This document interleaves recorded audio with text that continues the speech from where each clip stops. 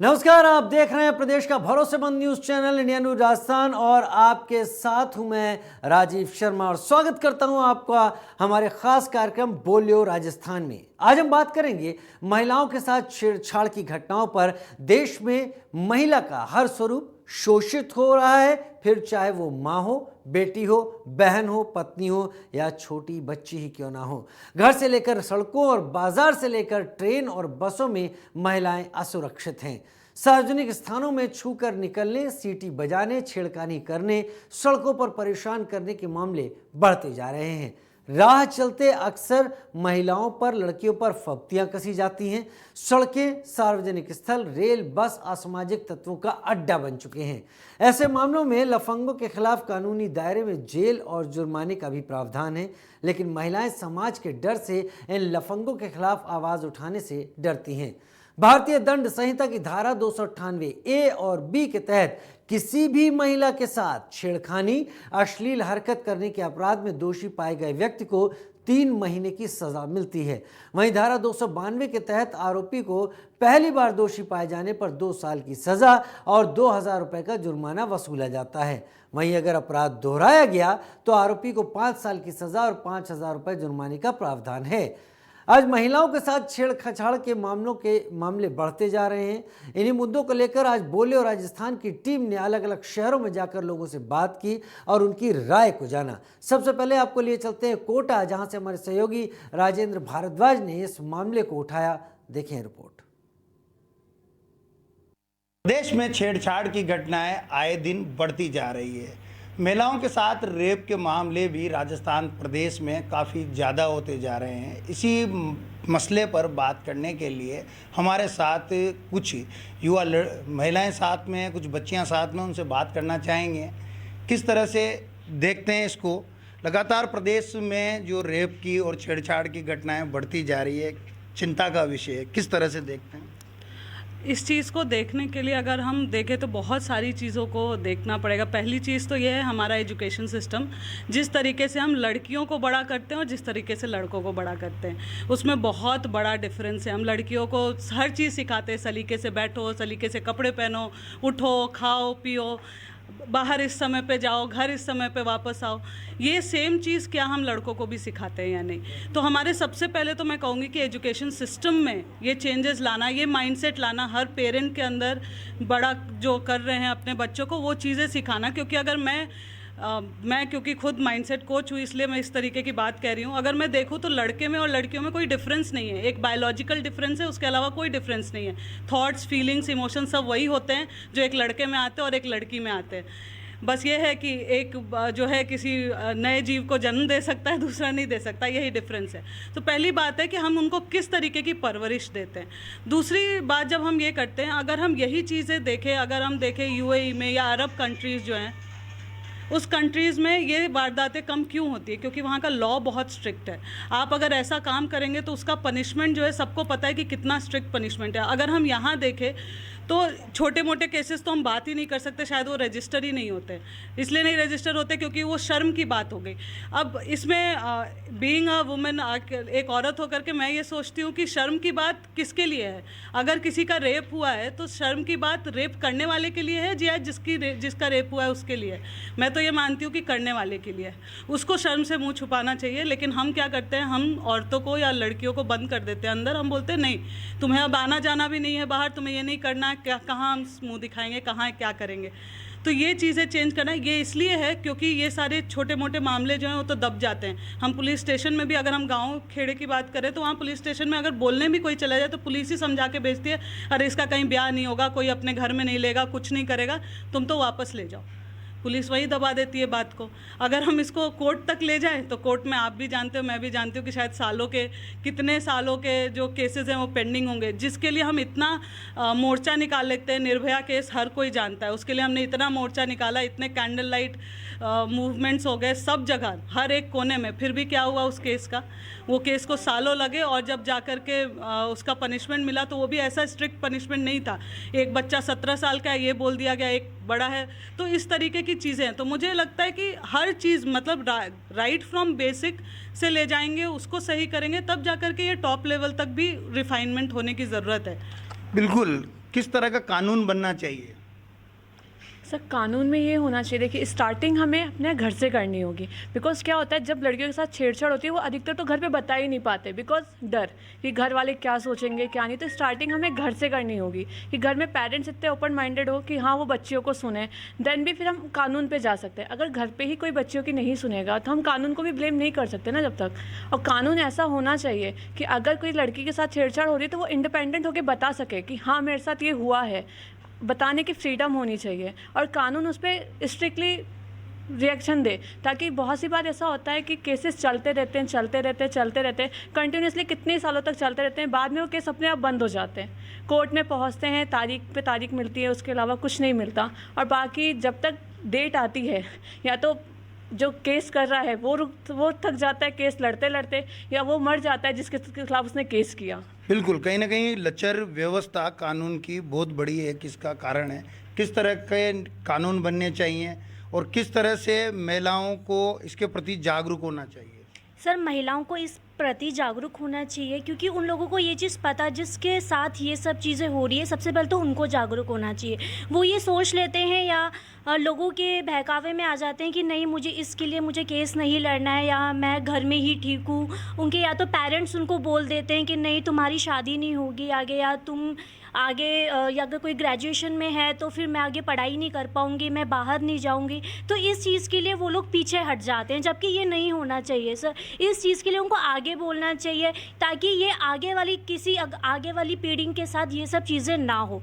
ये लोग सर दब जाते हैं, इसकी वजह से आगे ये को इन सब लोगों को बढ़ावा मिल जाता है कि ठीक है। ये दुष्कर्म करने वाले और छेड़छाड़ करने वालों के साथ किस तरह की सजा होनी चाहिए? एक महिला होने के नाते, एक छात्रा होने के नाते क्या कहना चाहेंगे? सर उनको तो फांसी की सज़ा होनी चाहिए सर। रीज़न ये है क्योंकि अगर उन लोगों को केवल अपन सज़ा दे देंगे नॉर्मली सर, वापस वो लोग छूट जाएंगे। तो ये कहा नहीं जा सकता कि 10 साल बाद वो लोग वापस ये काम करें या नहीं करें। तो सर रीज़न ये कि उनको इस चीज़ के लिए फांसी की ही सज़ा। बिल्कुल, कड़े कानून बनने चाहिए। कड़े कानून के साथ ही जो दुष्कर्म और छेड़छाड़ की घटनाओं को अंजाम देते हैं ऐसे अपराधियों को कड़ी सजा मिलनी चाहिए।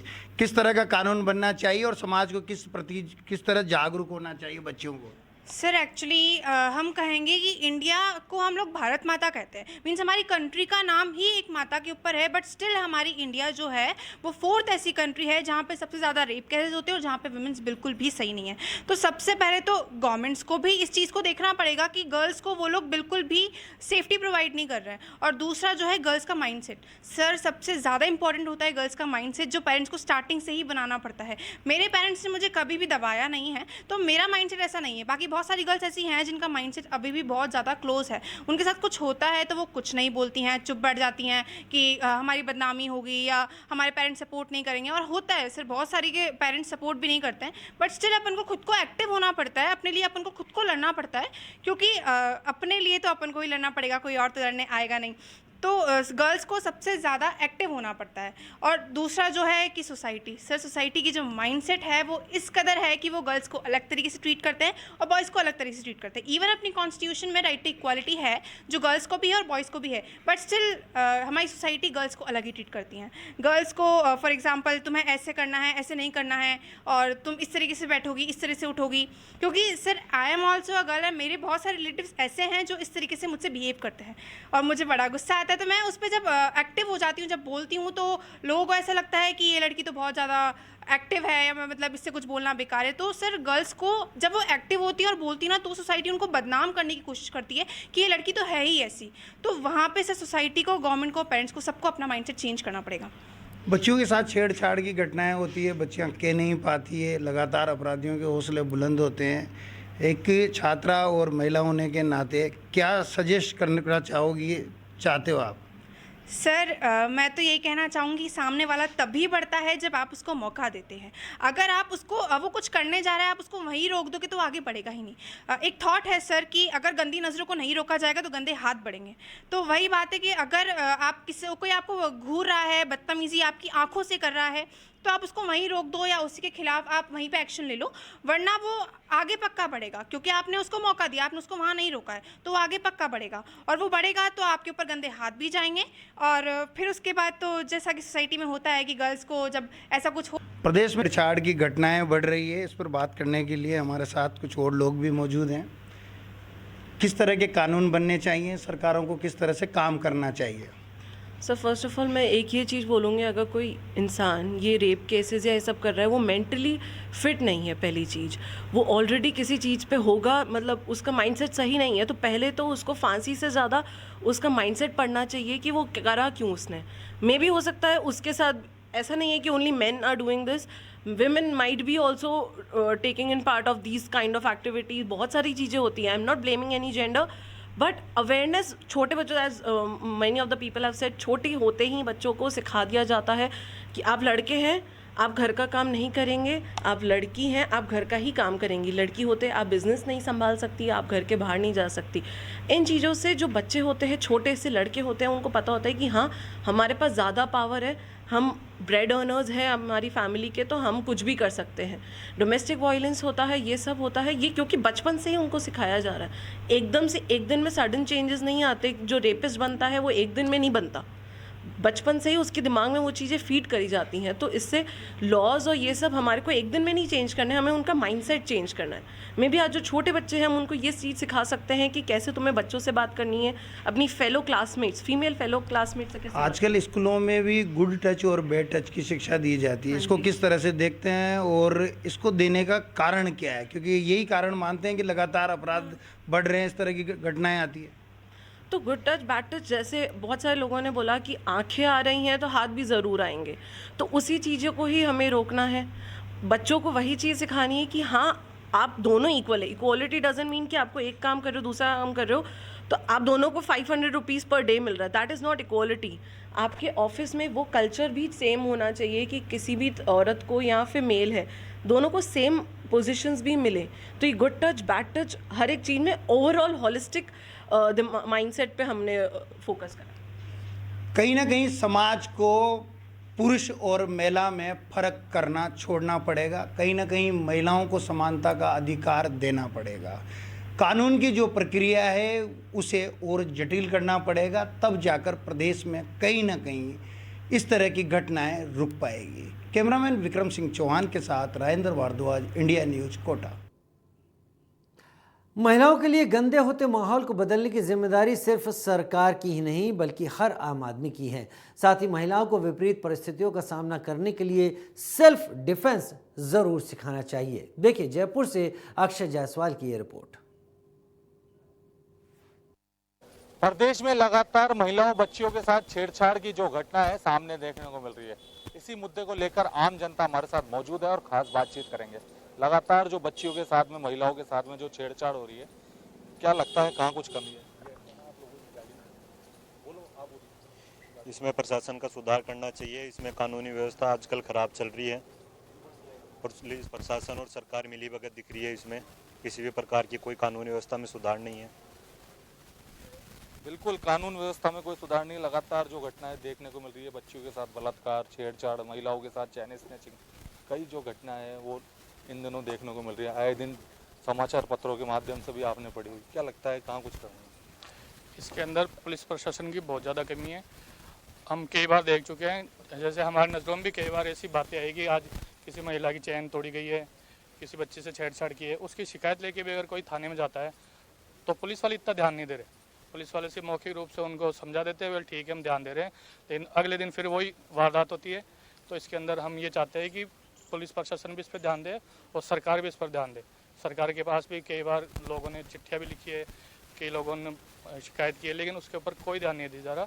तो सरकार से भी हमारी अपील है कि वो भी इस पर ध्यान दे, पुलिस वालों से भी हमारी अपील है। कहीं ना कहीं ऐसा लगता है कि जब भी मुकदमे दर्ज होते हैं तो सुनवाई लेट होती है। कानून व्यवस्था क्या लगता है आपको कि सही होनी चाहिए इस मामले में? पूर्णतया राजस्थान सरकार की लचर व्यवस्था को प्रदर्शित करता है, क्योंकि आप जैसे देख रहे हैं, जैसे आप बता रहे हैं, हम भी पढ़ रहे हैं, हमें सारी सूचना मिल रही है कि आए दिन यहाँ बलात्कार हो रहा है, उनके साथ अपहरण हो रहा है, किसी भी प्रकार की घटना हो रही है तो उसकी कोई सुनवाई नहीं हो रही है। प्रशासन सोया हुआ है एक तरीके से, उन्हें कोई मतलब नहीं है कि क्या हो रहा है क्या नहीं हो रहा। सब अपनी राजनीति करने लगे, कहीं रैलियां करनी है या कुछ भी करना है उनको करना है। लेकिन जो राजस्थान सरकार द्वारा जो प्रचार हमें जो करना है, उनको जो ये है कि प्रशासन के रूप में जो प्रशासनिक जो ब्यूरोक्रेट्स है उनका सही काम या तो उन्हें करने नहीं दिया जा रहा, और करने दिया जा रहा है तो उनके ऊपर इस तरीके से आरोप प्रत्यारोप लगाए जा रहे हैं कि वो अपना काम नहीं कर पा रहे। तो कहीं ना कहीं पूर्णतया ये सरकार का ही कमी है कि जिस कारण से हमारे यहाँ अत्याचार, ये बलात्कार, जिस तरह की घटनाएं हो जा रही है, और लगातार आए दिन ये इनका वो होता ही जा रहा है कि कभी एक कभी दो ऐसा हो कि रुक जाए, लेकिन नहीं, चैन स्नैचिंग, रात्रि गश्त, ये उनसे कुछ नहीं होगा। पूर्णतया राजस्थान सरकार की कमी है ये। बिल्कुल सभी जो आम जनता का साफ तौर पर कहना है कि सरकार और कानून व्यवस्था को सख्त होने की ज़रूरत है, जिससे कि जो ये हरकतें हो रही है, जो महिलाओं के साथ छेड़छाड़ हो रही है, ये कम हो, बिल्कुल भी ना हो राजस्थान में। मेरे सहयोगी निर्मल के साथ अक्षय जायसवाल, इंडिया न्यूज़, जयपुर। महिलाएं और छात्राएं रोज स्कूल ऑफिस जाने के लिए पब्लिक ट्रांसपोर्ट का इस्तेमाल करती हैं। इस दौरान कई बार उन्हें अभद्र व्यवहार, अश्लील हरकत से जूझना पड़ता है। उदयपुर से हमारे साथी ललित परिहार ने इस मुद्दे पर आवाज़ उठाई और लोगों की राय जानी। ये रिपोर्ट खास आपके लिए। समाज में घरेलू हिंसा के मामलों के निवारण के लिए घरेलू हिंसा अधिनियम अलग से बनाया गया। कुछ साल पहले ये अधिनियम सामने आया और इसमें कुछ अच्छे फैसले भी शुरुआत में आए थे, लेकिन इसके बावजूद अभी भी घरेलू हिंसा के मामले घटे नहीं हैं। लगातार ऐसे मामले सामने आते रहते हैं। जोधपुर में कुछ लोग हैं हमारे साथ, उनसे बात करते हैं। क्या मानते हैं आप कि घरेलू हिंसा अभी भी इस आधुनिक समाज में लगातार जारी है? आज भी कई मामले ऐसे सामने आते हैं जो पिछड़े हुए इलाके हैं, जहाँ पर जो है घरेलू हिंसा के मामले सामने आते हैं, जिसके कई कारण हैं। एक तो जो है परिवार जैसे बड़ा होता है और कमाई कम होती है तो आदमी फिर जो है परेशान हो जाता है और लड़ाई झगड़े होते हैं। दूसरा जो है आदमी जो है नशे पतक के कारण जो है गलत दिशा में चला जाता है, तो वो घर आता है तो फिर जो है अपना सारा गुस्सा जो है वो महिला और उस पर, पत्नी पे और बच्चों पे निकालते हैं। संबंधित विभाग काम तो करते हैं, लेकिन अभी भी जो है मामले सामने आते हैं। और जो है पढ़े लिखे हुए जो लोग हैं उनके मामले में भी आते हैं। जो प्रेम प्रसंग के मामले कई बार ऐसे हो जाते हैं, तो जो है महिला हिंसा के जो मामले होते हैं। आप क्या कहेंगे? ये तो है ही। एक तो सबसे बड़ी तो दारू का है ही। शराब पी के फिर वो घर आके शराब भी कुछ तो लोगों की हैबिट पड़ गई है ना। कुछ लोग क्या परेशान होकर पीते हैं, धंधा है नहीं, कमाई है नहीं, जब वो परेशान होकर पी के जाते हैं और फिर घर में कोई कुछ बोलता है तो फिर उसके मुंह तो कम और उसके हाथ ज़्यादा चलते हैं। और सरकार ने 8 बजे बाद दारू बंद करने का ऐलान कर रखा है, लेकिन दारू बंद होता है, दुकान बंद रहती है, लेकिन छोटा सा शटर खुल के शराब महंगे दामों में बेची जाती है। पुलिस के होते बावजूद भी पुलिस के सामने शराब बिकती है।